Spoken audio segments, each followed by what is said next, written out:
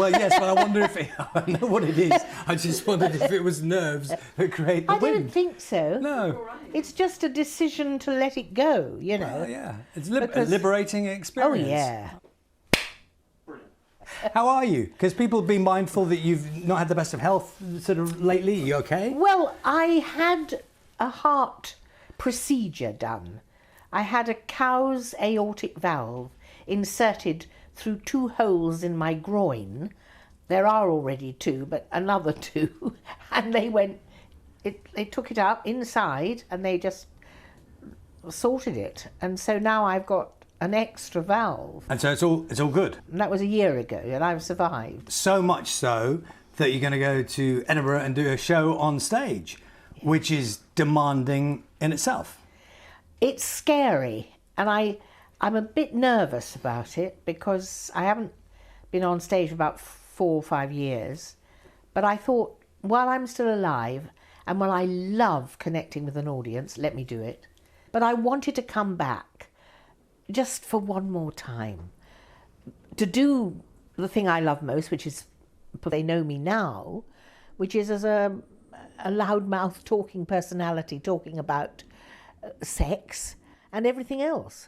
I love that you say that effectively the first half is Dickens, second half, I think the first word you used is sex. So that's a pointer. People are always asking me about it. Even Louis Theroux is a very serious and important documentarian. When I had an interview with him, he just didn't go below the, above the waist. We were below the waist the whole time. And in the end, I had to sort of pull him up a bit. You do have a reputation, which you may or may not like, for being very open.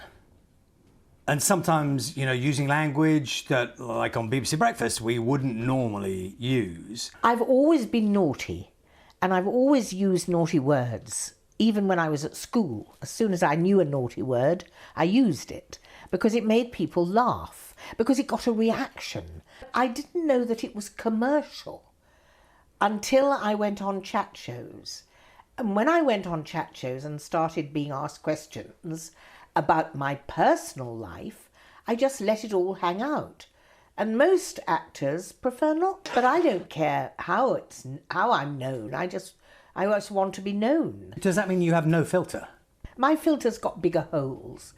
I think sometimes I just get naughty and I want to see how far I can go.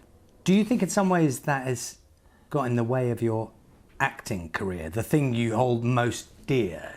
No, I don't actually. I don't think it's got in the way. I think it means that I do sometimes different things, that I'm now a documentarian interviewing people, rather like you're interviewing me. I also interview people. And I still do act, but I'm getting too old in a way to act.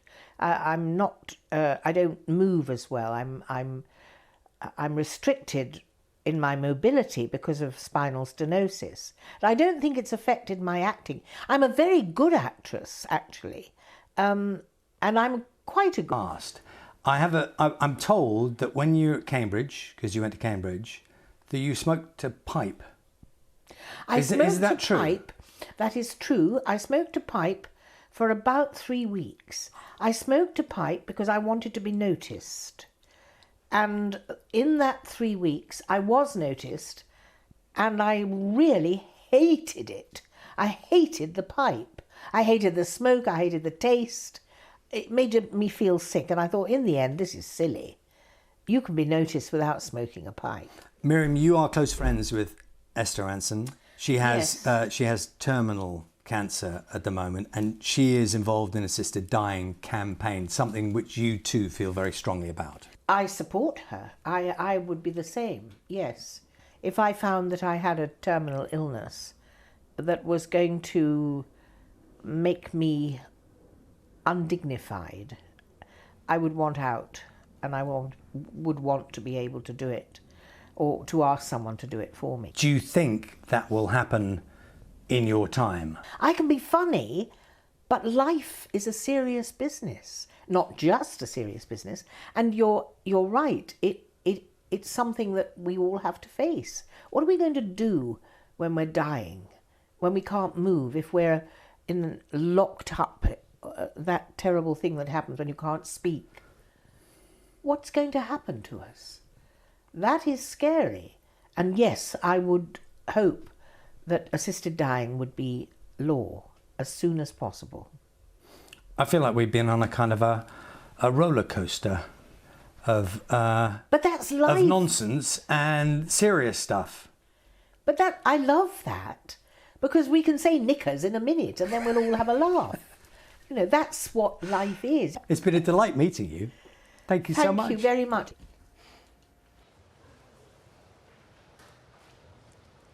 What was she saying to you then?